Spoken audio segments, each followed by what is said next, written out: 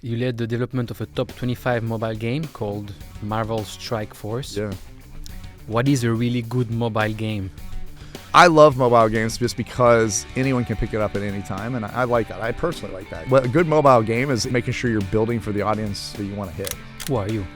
I like to believe I'm a technologist. I really am passionate about technology, about particularly consumer technology, and kind of leading people down those paths and helping kind of break down new walls around technology. What's your crypto aha moment? I dropped like $600-700 on 2D images of cats, and I'm like, what happened there? Why? That's not my normal behavior. I can sell it at a profit, sell it at a loss, give it away, burn it, play with it, and that was the moment for me. One of my buddies was one of the co-founders of Tether. We were looking at the next set of projects, and I wanted to make a game called Mythimals. That's when we became pretty obsessed about it. So we were building the game right before we sold to Niantic. We sold a Pokemon Go company. They bought our company in the middle of it. And when that happened, I just decided I have to do this all in. I was showing a kid this game, the FIFA Rivals game, before it came out. And the first question this kid asked is like, where are the ads? And I'm like, oh, there's no ads. Their ads are kind of integrated. And he's like, no ads? I'll play this every day. It's hard to get a game made. It's even harder to actually ship that game. What is Mythical Games, if you had to explain it to your mom? Mythical Games is a technology company to where we're basically trying to create a tradable economy in video games, letting consumers have the ability to interact with other consumers of their digital assets within a game. What we want to do and what we want to be known for is a billion people are using this tech without even realizing it, but still creating economic advantage to anyone in the ecosystem. That's what we want to be known for, and we want to do it through great games. Hey, When Shift Happens family. Welcome to Drops, a podcast series where we showcase smaller, rising star projects in the crypto space. Since When Shift Happens started to take off, we've received hundreds of requests from many great projects every month that we had to say no to because they weren't a good fit yet in terms of size and impact. But this has now changed with the Drops podcast series. We're building When Shift Happens, the most credible platform in crypto, and there is no reason why smaller projects with big potential shouldn't have a chance to be heard. Drops is not a research service nor an endorsement, but a way to give a voice to the potential big crypto founders of tomorrow. You took Uber. What's that? Yeah, I took Uber. Okay. Uber here. Yep. If you had to explain what it is you do and why you do it to your Uber driver, what would you say? To Uber driver, what do? I honestly, I usually keep it simple. I make video games. That's usually the one that hits the fastest. I don't usually get too much into like Web3, things like that with them. But they always understand video games. That's an easy one. Yeah. Who are you? Who am I? Wow. So just is this a deep question or just a straight up question?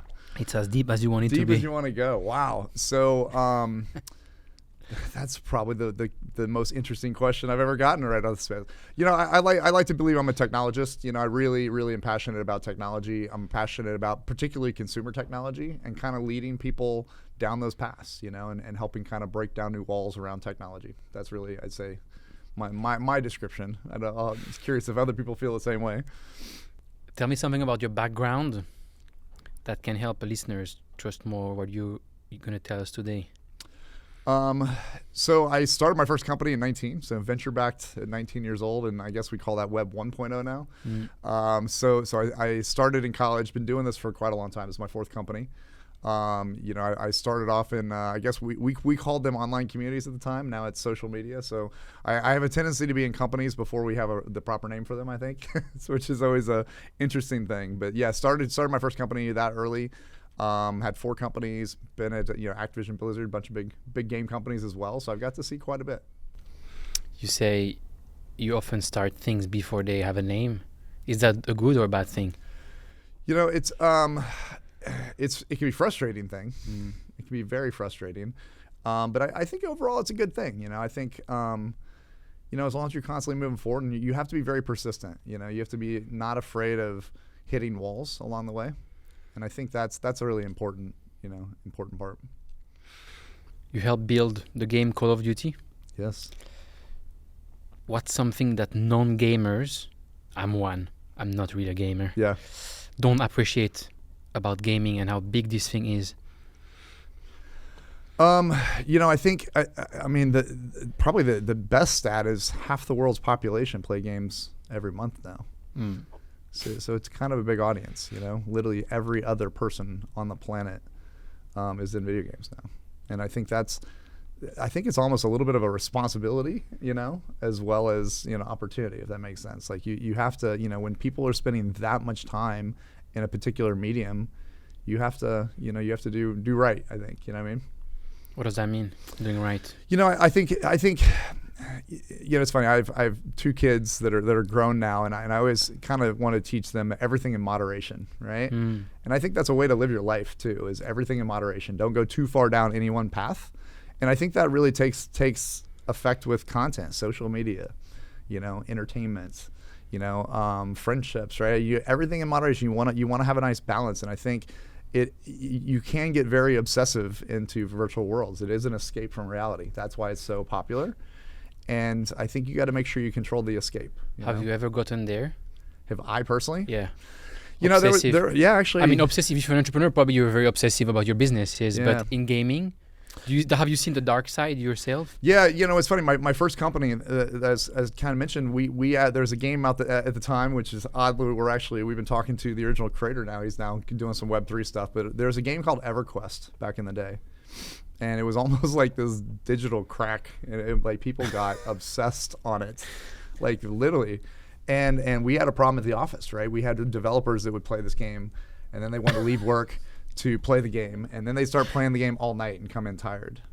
And then they start taking their lunch break and play the game. So the developers of the game itself. No. Developers of my first company. Of your company. Okay.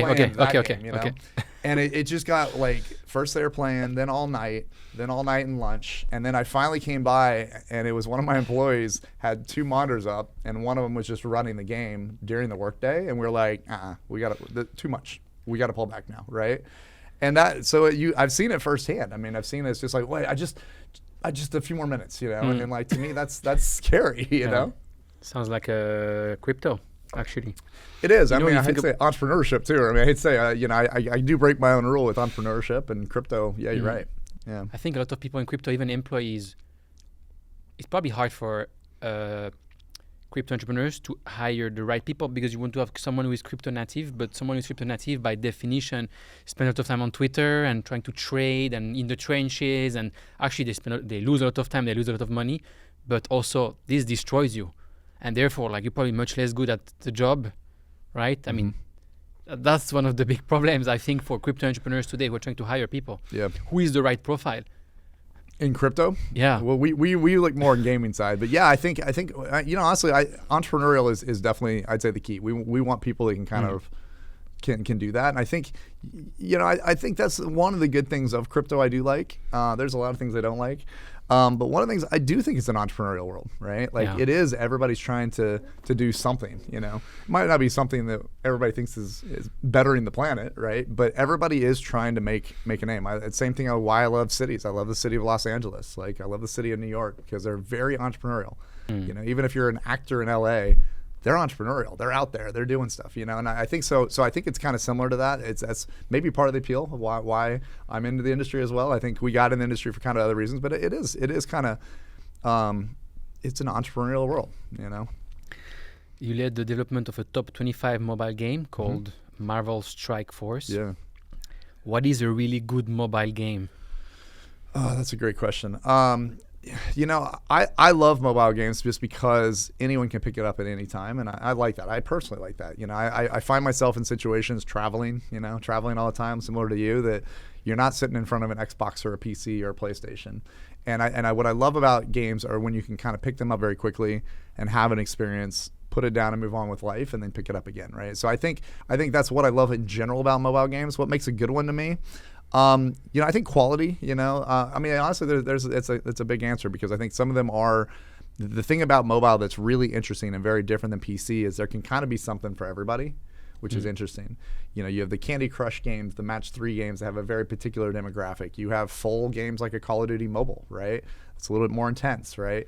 We love the sports games, love trading. So I think mobile, what a good mobile game is making sure you're building for the audience, that you want to hit, right? And I think it's such a huge industry that you can do that pretty well. When is a game considered a true success? If you don't have to shut it down right away, I think. It's really interesting. games are very, very difficult to make, right? They just are. And I think some of these Web3 developers and game developers are kind of figuring that out now. Like it's funny. We go to gaming conferences. There's a couple big gaming conferences that it's almost like family reunions at this point, you know? And I remember there's so many times you'll be at the end of the day and you're just like, why are we in this industry? It's so goddamn hard, you know? And it's true, but we love it, you know? And I think that's interesting. So in terms of my kind of answering your question here, I think it's hard to get a game made. It's even harder to actually ship that game, right? It's one to make the game. It's already very difficult. To actually ship a game successfully is very, very difficult. But the hardest thing is to keep it operational afterwards, right? Can it succeed? Are you getting the right feedback? Are you getting the right UA strategies? There's so many different elements. So I think a successful game, unfortunately, has to have all those, right? You have to have great gameplay. You have to have something appealing. You have to have something you can break through the marketing clutter. And you have to have something that people keep coming back for and are passionate about. And it's probably like I don't know, right? But it's probably like a movie or like a series. You have to do something pretty complete and good that people like versus a startup where you say, I'm going to build like a first product, get people hooked, and then iterate and improve along the way. So there's a much bigger investment upfront, and then you have to kind of hit right before you kind of know. Yeah, it's the ongoing dilemma for sure. And frankly, you'll see some of the bigger companies, they have the luxury of waiting until it's right. I think there's a game right now, Monopoly Go, that's kind of taken the world by storm recently. It's the fastest game to $1 billion revenue. But I think that game was in soft launch for like 5 years. So Scopely had so many great other games out there right now. They just took their time and they made sure it was perfect. Had every hook from social elements to economic elements to performance elements. That's a luxury that doesn't happen very often. And so I think you're always in this balance. The attention span in gaming is so fast now. People move on so quickly. And frankly, I think it's getting worse. The Roblox generation is making that even worse. You can see experiences in Roblox that are #1 in the world one day and gone 6 days later. You know, the intention and how fast people move on now is there. So it is a balance of how, like, you need everything, but you can't deliver everything unless you're already like super, super successful in the world. So you got to kind of balance. What are we going to pull out? What are we going to launch with? What's that first impression that's going to keep people around? So I have the time and the money to introduce the rest. You spend a lot of time in gaming, but at some point, crypto happened to you. Yes. What's your crypto aha moment? I love that. Then crypto happened to you. The aha moment for me was really, I've been following it for a while. I wish I'd gotten into Bitcoin much earlier, like everybody else seems to be in the industry. But 2017 was a big moment. Actually, maybe 2016, 2017. I've been in gaming, love gaming, been thinking, I love tradable games. I love tradable economies. It's almost an obsession of mine of how people trade, and even going back to that EverQuest game I mentioned before, people, it's just really, really interesting. I'll take 2 of those and you give me 3 of these, right? And I've loved that. And this whole sudden thing happened with this thing called CryptoKitties. And I'm not a whale in any game. I've never spent thousands of dollars in a game. That's not my personality. It is for a lot of gamers. I'll spend $20, $30 in a game, but next thing I know, I dropped like $600, $700 on 2D images of cats. And I'm like, what happened there? Why? That's not my normal behavior. And I thought about it for a little bit and thought that, it really is because it wasn't just a 2D image of a cat, right? It was, I have the ability as a consumer to decide what I do with that, right? I can sell it at a profit, sell it at a loss, give it away, burn it, play with it. And that was the moment for me of like, this is interesting. We're moving from pure entertainment value in an asset or an image or whatever to something that the consumer has the ability to decide on. And that was why we wanted to kind of jump in the space. What made you go all in? Because there's the moment where you buy the CryptoKitties and you realize, oh shit, I just spent $600 on these things that I can own now. Yeah. But you're still a consumer, right? Yep. A user. But then you say, okay, now I want to build in the space. Yep. So, one of my buddies was one of the co-founders of Tether, and he had another company at the time, and we had just started talking about, I knew that, and I started talking about what was happening, and we were thinking about it. And honestly, it was my previous company, Seismic, the one that did the Marvel Strike Force games and a bunch of other games like that. We were looking at the next set of projects, and I wanted to make a game called Mythimals. And one of my other partners there want to make this game too. And the idea was this world that could go between digital and physical, right? And that suddenly we've been talking about this game, like mythological creatures from around the world, already regionalized content. But the idea that we could use this technology to track and trade and all that digitally and possibly even have a physical element to it as well, that's when we became pretty obsessed about it. So we were building a game right before we sold to Niantic. We saw Pokemon Go company. They bought our company in the middle of it. And when that happened, I just decided I have to do this all in. You know, that's what Mythical, which kind of came from Mythimals, was basically invented the next day. So Crypto gaming has been a big narrative. Last cycle with Axie Infinity, but I would say even more so since 2023, because the VCs, they come and they push some narratives, right? Social fi, gaming, but it never really took off. Yeah. Why? I think a couple things. One, I don't think, you know, I'll put a parallel right now. One, and I think these days are going to slowly are changing anyway. And the world of AI will speed some of this up, but in gaming, it's been a long process to get there, right? You can't just be like, I got an idea, game's out tomorrow, right? It's even on. I mean, we kind of moved mountains on this FIFA Rivals game. We did this in less than a year. Now we already had an NFL engine, we already had the marketplace, we already had everything built, and it still took us a year, right? And you know, we have a long commitment to that, but it's not fast, right? I have a buddy, he's doing a game. He was one of the creators of Grand Theft Auto. He has a new game right now. It's still not out. He started before I started Mythical, so it was 8 years ago. So he's on, I think, year 9 right now. Big vision game, 9 years of development. Web3 game. No, not Web3 yet. Okay. Yeah, there might be some Web3 elements, but it's 9 years. 9 years. Wow. Yeah, but that's just kind of a traditional game, and we haven't really given it that much time. I think the big developers aren't there. The other thing I think that's happening right now is the gaming industry moves very, very slowly. You know, Activision didn't jump into mobile until, frankly, a couple of our studios pushed it. Like, we kept asking every year after year, when are we going to do mobile? And I remember, like, Bobby was like, man, it's only a $40 billion industry. We don't care. You know, next year, when are we getting to mobile? It's like, yeah, it's only a $50 billion industry. We don't care. The next year after that, we kind of brute forced our studio and Hearthstone Team 5 at Blizzard, kind of put out mobile versions of games, right? And it was kind of like, oh, okay, that's interesting. The year after that, they bought King for $10 billion, right? So it's kind of a very slow curve, and they kind of watch. Is it going to affect our business? And then it takes off, right? And that's how. I mean, if you look at mobile gaming, that's kind of what happened there, right? Big purchases came later, but it wasn't like year 1, year 2, year 3. It was year 10, 11, 12, 13 of mobile before that really sounds like the banks and the institutions with crypto. Yeah, I think. I mean, sounds like any business that is actually too big, right? Yeah. They don't really have an incentive to, or even the understanding, or I mean, the disruption never comes from within. It always comes from outside. Well, and I think, again, gaming, I think, does that. Gaming, there is a lot of copycatting in gaming. That's always what happens in games, right? There's games that are built on top of other games, right? And it's funny, you hear this, not being from the gaming industry, but I'll go to these events, these big gaming conferences, and I'll talk to a developer. I'm like, what's your game like? They'll say stuff like, oh, it's Souls-like, roguelike, which basically are referring to 2 other video games. Oh, we took these 2 games and merged them together, but it's with pirates or whatever, right? And that's how gaming works. It's not a lot of, oh, I have a brand new innovative game, because it's costly and scary, and it's hard to get those funded. So it is a slow path. You talk about innovation. Yeah. Let's talk about Web3 innovation. But before that, I mean, in gaming, obviously. But before that, let's talk about problems in Web2. What are some of the biggest Web2 gaming problems that Web3 can help solve or innovate on?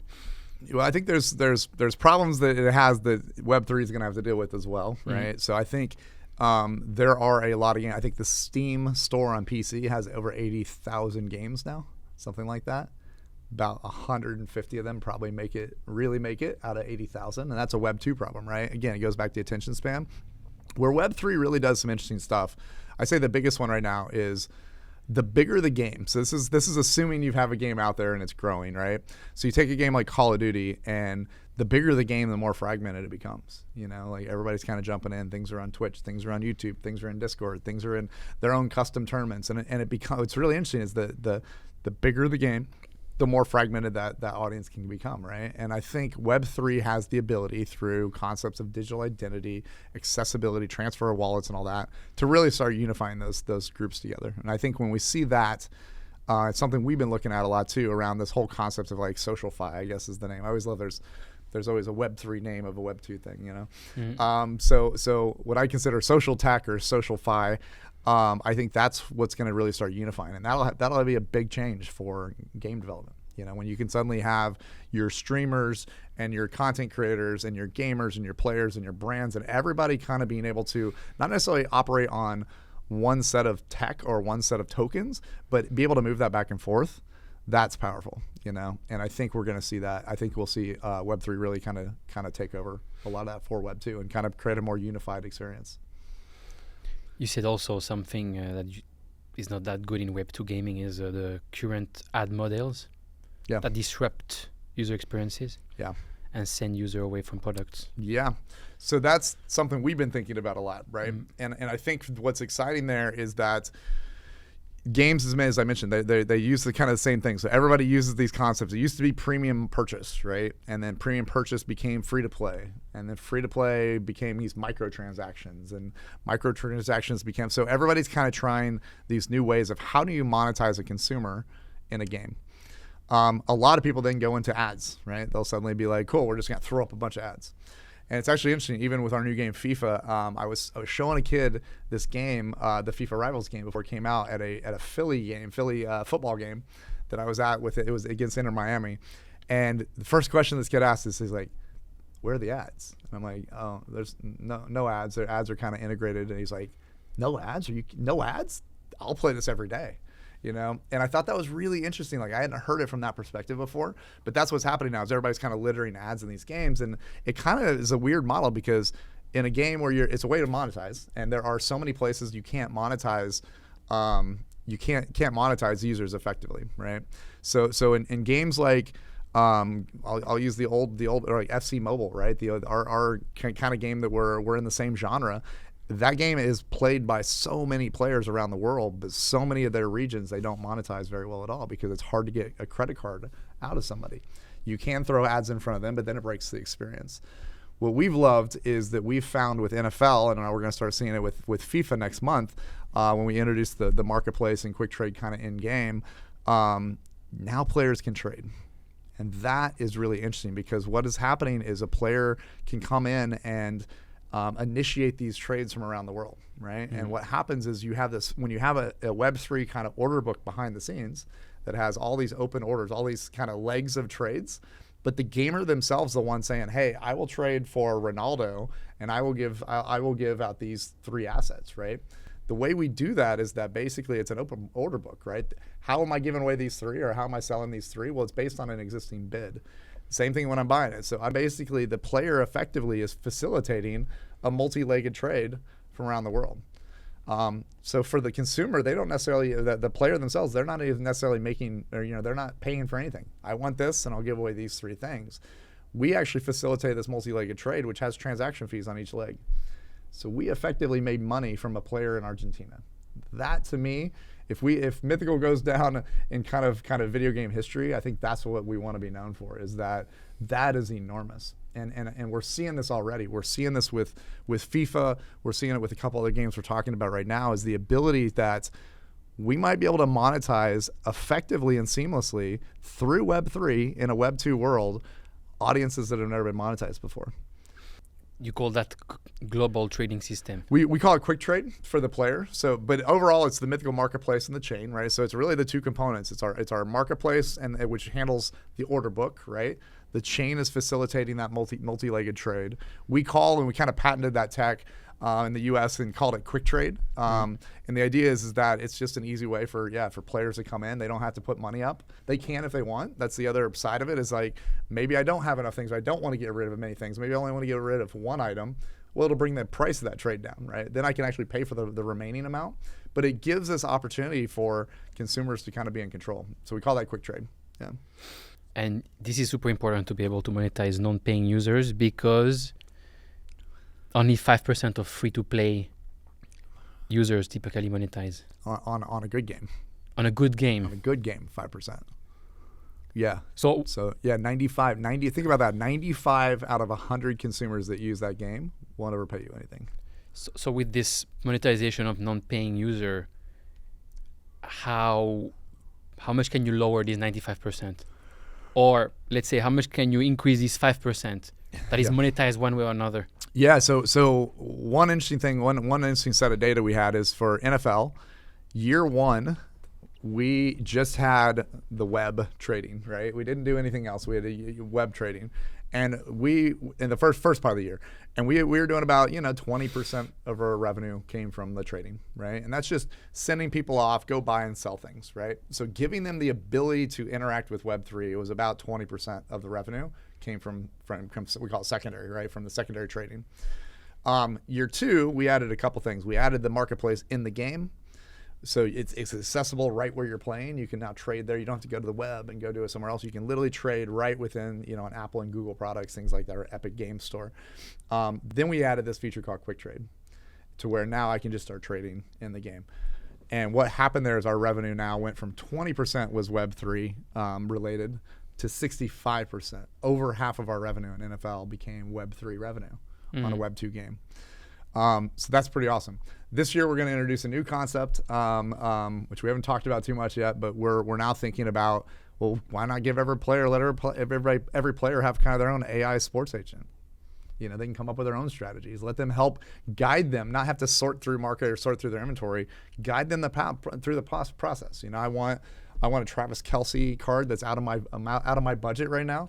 How do I trade my way there, right? So I think that's going to increase it even further beyond 65%. I think we'll see a very high majority of revenue will be ultimately Web3 in a Web2 game. What's interesting right now, FIFA has only been live for 7 days. We're seeing kind of very similar numbers, which is interesting. So we don't have the in-game and quick trade in it yet. We're seeing about 20% already. So in our first week, about 20% of our revenue came from Web3. So the fact that it's almost to the percent the same as what we saw in year one is really, really, really fascinating. So I think we're going to see this model's working. You let them trade. It's roughly, for us at least, it's been roughly a 20% lift. You encourage the trading through a mechanism that gamers understand. It's a little over half. You eventually let them have their own trading strategies in a way they understand. You don't go and you're not creating your own bots. You're not creating your own financial spreadsheets. You just have a character in the game you can talk to. Hey, here's what I want. And I think so you can kind of see that pattern of where we go.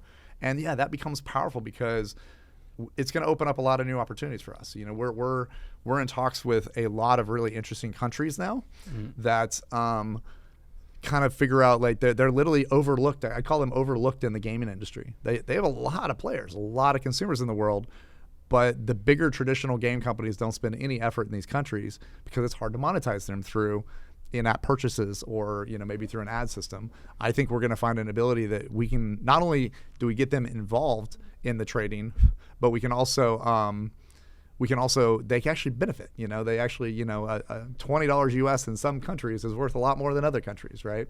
So I think it's going to be a very powerful phenomenon. What are some examples of these countries, and who is coming to you? Yeah, so we haven't revealed them yet.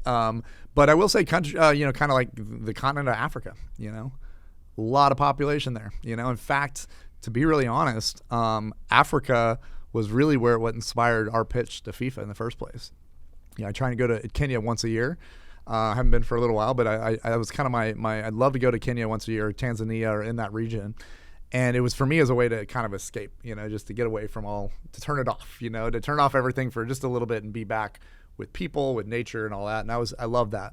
But what I started seeing, it was really fascinating, is it was a culture that everything is done digital. All payments are basically digital, right? Everything is digital there through M-Pesa. Every kid I saw had a phone in their hand, a mobile phone in their hand, and a football on the ground, right? And I think that was really, really interesting. And suddenly I'm like, wow, this is really interesting. So we're looking at groups like that. We've had a lot of different groups from that region reach out. I won't use the name of the country yet, but there's one country in particular. It's through kind of these telcos. The telco governments payment systems are all pretty interlinked in certain countries. So there's some different groups there, but they came to us and said, look, we really have to work with you guys. There's two hobbies in our country, and they're both football. So they're like, everybody has a phone, everybody loves football. We need to do something really major in our country, and we're generally overlooked because if you're just looking at absolute money spent from the consumer into a video game, it's low. But their time to play, the ability to play, is high, So we're thinking through this right now, and honestly, in the country we were talking about, like they understood it. They understood that their consumers could come in and trade, and they could make even real money. They could trade with somebody in England or in the U.S. And they're like, $20 in our country is a week of groceries, So $20 might not get you as much, might get you a nice McDonald's meal over here in New York City, but it's gonna, $20 is a week of groceries in that country. So it starts to do some interesting patterns, social patterns, I think, for the world. We talked the other day, and you mentioned the concept of digital supply chain. Yeah. What does that mean? Well, it's an idea. I love this concept. So the idea to me is, I believe that this, people talk about what they call the creator economy, right? And to me, the creator economy is, if you can let people create whatever they want to and be able to effectively, again, be an entrepreneurial around that. And I can come up with my own strategy of what I can sell digitally or come up digitally, right? And I can do that into these worlds that half the world's population is playing. I think you ultimately have, I think it's $1 trillion of volume. I think it's that big of a number. Gaming right now is a $200 to $300 billion industry. I think the creator economy, the supply chain between digital items will be over $1 trillion eventually. So it's a big opportunity, right? And what I think is interesting is that I love the idea that with the concept of like a digital supply chain, to where I decide what I'm going to do and how much I'm going to charge for it, and it's completely up to me. And anybody can build off of what I've already built, right? So where I'm in, I'll use a car game, right? I decide I'm just going to build the most stable frame of a car. I'm not going to make it all sexy. I'm not going to add all the bells and whistles. I'm just going to focus on making a very, very physics-based stable frame. And so I can decide, what are you going to charge for that? I'm going to charge 99 cents to anybody that wants it, right? You can then take mine, and you could add a really cool, new cool chassis to it, or new whatever. And you can decide, do you charge $1.99? You're going to charge $4.99? You're going to charge $20? Like, what do you want to charge for that? But and it's up to you. It's your call. You can make that decision as a content creator. And then when yours sells, if you sell at $5, the chain will pay me out my 99 cents, right? If you're selling at $20, you'll still pay me out the 99 cents. And I think the idea of letting people be able to build off of other concepts and actually have some economic value that's transparent and decide what they want to do, I think is really, really, really, really interesting, So that's kind of my definition of what I think is digital supply chain. And I think there's a huge opportunity in particularly physics-based games. I think you have to have kind of a physics engine in a game for that to really work, because you need my creation to be kind of better than yours type thing. Otherwise, it's hard to build off of it. But I think it's a huge opportunity and I couldn't imagine a better technology than Web3 to power that, right? You could end up having 12 depths of digital supply, and it's just automatically paying everybody out. So everybody gets their accurate fees. Sounds like we call the kind of DeFi money Lego, but applied to gaming. A little bit, you build something that can be built on the top by other people. I think it's fascinating. Yeah. You're the co-founder and CEO of Mythical Games. Mm-hmm. What is Mythical Games, if you had to explain it to your mom? I would say Mythical Games is a technology company to where we're basically trying to create a tradable economy in video games. I mean, it's pretty much that simple. Letting consumers have the ability to interact with other consumers of their digital assets within a game world. You mentioned before that you discovered these CryptoKitties in 2017 on the Ethereum blockchain, but now you're building a Mythical Game on the Polkadot blockchain. Why? Well, we've been pretty early to the process. When we first started off, Ethereum mainnet was the main interesting one, and I remember the $600 of CryptoKitties. I want to say it was probably $60 to do anything with those things. If I wanted to list it, $60. You want to sell it, $60, right? Because these gas fees were kind of ridiculously expensive. So we actually looked. We were like, this is not going to work in gaming, right? You can't have a $10 item in a game that's $60 fee to transfer it. So we basically kind of started looking at these things called proof of stake chains, right? And we actually partnered with one called EOS, and because it was truly a proof of stake network, and we love that concept because it's better for the environment. It's a lot less fees. You had this kind of ability to actually have a real transaction. We had to kind of leave that because they kind of lost some support. We kind of lost support back in the day. We then moved to kind of this EVM sidechain tech. So it's basically just an EVM, sidechain we were running called the Mythos chain, and it actually worked really well. I mean, that was really great. We had all the control over it. But in that case, what was interesting is we kind of swung the other direction, right? It's like, okay, we were using somebody else's chain, then we built our own chain. The problem with that is we didn't have a lot of that integration work. It's not very secure. We were running the nodes, right? So it was great. It was a great pivot. We went from kind of, okay, we were on somebody else's chain to running our own chain, but it wasn't secure. And we wanted to figure out that's not the right ideal situation either, right? If we're truly going to be decentralized, we need the security, of a full network, right? So we had this weird dilemma because we really wanted to have our own rule set through the Mythos DAO, something that our entertainment related or game related companies could kind of help dictate the rules of that chain. We wanted something that the token that we had behind this ecosystem actually can be a deflationary asset. So the Myth token that's behind it is actually burned with every transaction, because we had this theory that the more consumers that come into a game, the more transactions they create. And if you're burning those transaction fees along the way, it actually is a really interesting tokenomics flow. And we wanted the ability to have like long-term holders to stake behind that, right? We wanted all these things, right? I'll say we were pretty high demand. We wanted to have all the control, and we wanted all this security, right? And we talked to everybody, and really, I think honestly, Polkadot's really one of the only, maybe there's one or two other chains that could do something similar to it. But if you want both sides of it, so we end up having effectively our own L1 as Mythos chain, secured by the Polkadot relay chain, which I think is the most secure, right? And so we kind of get the best of both worlds. The cost structure is great for us. The opportunity to change the rules as the DAO feels fit is good for us. The ability that it's completely backed by this relay chain is powerful. So that's really the fundamental reason why we chose it. Honestly, I've been very fortunate. I get to spend a lot of time with Gav, and I love where he's heading, right? I think he's already so far ahead of everybody else right now. Everybody else is just kind of like, how can I make a little bit more money in DeFi? It's a lot of the same stuff. There's some cool new stuff out there, but it's a lot of the same stuff. And I think where he's heading is where we're heading too. Is we view the world in terms of decentralization to really open up this world over time, right? Like it's not just turn it on tomorrow, but the idea that you can have everything from social systems to how games are distributed to how games are monetized to all that type of stuff, and have it in a truly decentralized world, I think is very powerful. And so we share that vision, and like I said, we love where they're going. The product really fit for us, and we made that choice. You launched FIFA recently, the FIFA game, right? Yeah. In partnership with FIFA. It's called FIFA Rivals. When can you say that a game like FIFA Rivals is a success? That's a great question. There's a lot of indications already that we're very, very happy with. I'll put it at that. And here's the way we're looking at a game that's only 7 days old. We look at a couple things. How are player feedback, and right now we're sitting at a 4.8 stars in Android, which is kind of ridiculously high. We've never actually had a game that high before. I think NFL is still very high at like 4.6. So 4.8, and it's like maybe like 7,000 or 8,000 reviews, I think, maybe 5,000 or 6,000 reviews. So that's pretty awesome. That's a first step. Players seem to love the game. Second piece we see is that we look at a lot of metrics, session time and sessions per day. So basically, how long when you're playing the game, and how many times a day are you playing it on average as a macro number.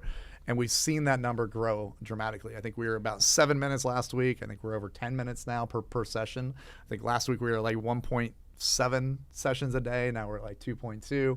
So what that means to us is that overall, players are playing for longer and longer each day. And we don't necessarily need it too high. We just want to make sure that overall it's kind of staying the same or going up. If it starts shrinking, that's a problem. And they're coming back more often. So that's a great success factor already. There's a lot of things we need to keep doing. I think the team has responded very quickly to they responded very quickly to any little fixes. When you put a game out to 7 million or 7,000 different phone types out there, you can find a lot of little problems there that you just couldn't catch before. So we've reacted pretty well. But I'd say right now it's feeling quite successful in a lot of our metrics. Where ultimately it'll be successful, I want to get it to well over 100 million consumers. I think we are in 100 countries already, which is pretty cool in the first week. But I want to see this game in the hundreds of millions of players, and a game that people absolutely love. I mean, I kind of mentioned these countries before. They made a comment that's like, if you do this with us, you'll end up being like the national game because everybody's going to play it in the country. That to me is a success. It's maybe more of a vanity success. I love that idea though, that we put out a game that literally, maybe it's not the US, maybe it's not number one forever in the US, but there's so many countries that it is. We did hit number one in a lot of the app stores last week, which was really cool to see. That's always a fun stat. So I think we have a lot of success patterns. I think we want to be able to maintain this game. We have a very long-term contract with FIFA, and we want to make sure, it's sustainable and it's something people are having fun playing. What's the end game for Mythical Games? We have I've gotten this question a few times, like what's the exit plan? We're not really planning on an exit plan right now. I mean, obviously you always think through, I think we're becoming a very valuable company for existing companies. There's some really big game companies out there that we're starting to shift patterns and will become very valuable to them.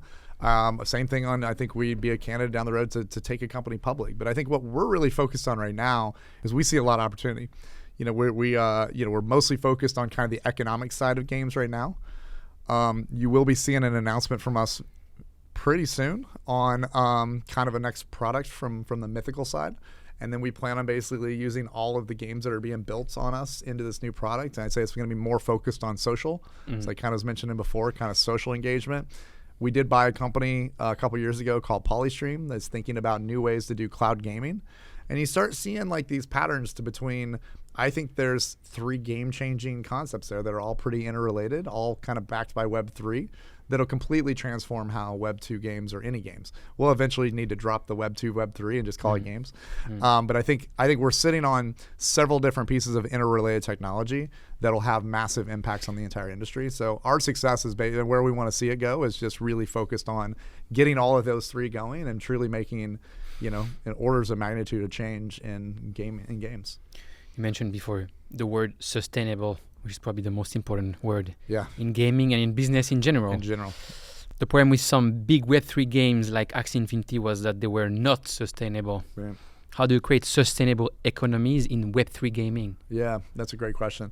One, I think the hardest thing you can do in Web3 gaming is put a single game token on it. I think that's the hardest challenge you could be inviting yourself into. And why I say that is that if even take a game like Call of Duty, right, or a World of Warcraft, right, they've been able to sustain, right, for a decade or longer as a game, but at the end of the day, they're still a game, right? And if you had a Call of Duty token, it's hard to think on a macro level that'll always be worth something, Like at some point, the supply and demand will shift, right? And I think that's the problem with a lot of Web3 is it's not thinking through what's the utility that creates ongoing value that could last forever, right? I think a lot of people are like, put this out, supply and demand curves. Let's make sure we artificially pump up demand against our supply, and everybody looks like it's a win, right? But it's not truly sustainable. What we've been trying to do, and like what we've done with the Mythos chain and the Myth token, is it's actually already deflationary, right? And to me, sustainable for that means, do we never have to inflate the token supply? Or if you do ever supply, to me, the sustainable is if we ever decided, oh, you know what, we'd like to have another 3% of tokens, but you're burning 6, well, you're still deflationary, right? It's still, to me, if you can always have kind of that token never has to, kind of be inflated, because that's when it's a slippery slope at that point, right? So to me, sustainability is really around that. I think you'd be careful with tokens. Game 2, though, I think the reason we focus on assets is pretty basic. Players, if any item digitally in a game that has any type of time period that people are playing in, if it's something that's quantity based, there's only 5,000 of these ever made, or it's ever time based, there's only 1 week or 1 month or 1 year you could get this item. If they're capped by one of those 2 things, there's always inherent value to some consumers. People still buy free Fortnite accounts on eBay. Why would you do that? Well, you do that because I want to go get season 2. I started playing Fortnite in season 4. In season 2, there was this really awesome DJ Marshmallow skin. I don't have it. I want it. You have it, right? So that's why we kind of focus on that aspect. Is I think assets and utility within a game that has value. The economics, the fungible token side is very, very hard to do. So that's what we've kind of focused more on, and that allows you to have more sustainability around it. What's the one thing that listeners should remember from this conversation? Oh, that's a good question. I think we're very, very committed to the space. I think we get a lot of interesting, like, are you guys Web3? Are you Web 2? I think we're more Web3 than most people ever think. And I think what we really care about is using Web3 in a sustainable way for Web 2, right? So I'm getting this all the time. Well, players are using your tech and they have no idea. They have no idea they're using that chain. So who cares, right? When you go to a credit card, do you ever think through what payment processor and what payment systems they're using? No, you just swipe your card and go, right? And I think that's what we want to do, and that's what we want to be known for is, oh my God, 1 billion people are using this tech without even realizing it, but still creating economic advantage, right, to anyone in the ecosystem. That's what we want to be known for, and we want to do it through great games. Thank you, John, for helping us debunk Web 2.5. Web 2.5, exactly. Thank you. Web 3, that was an amazing conversation. Awesome. Thank you. Thanks.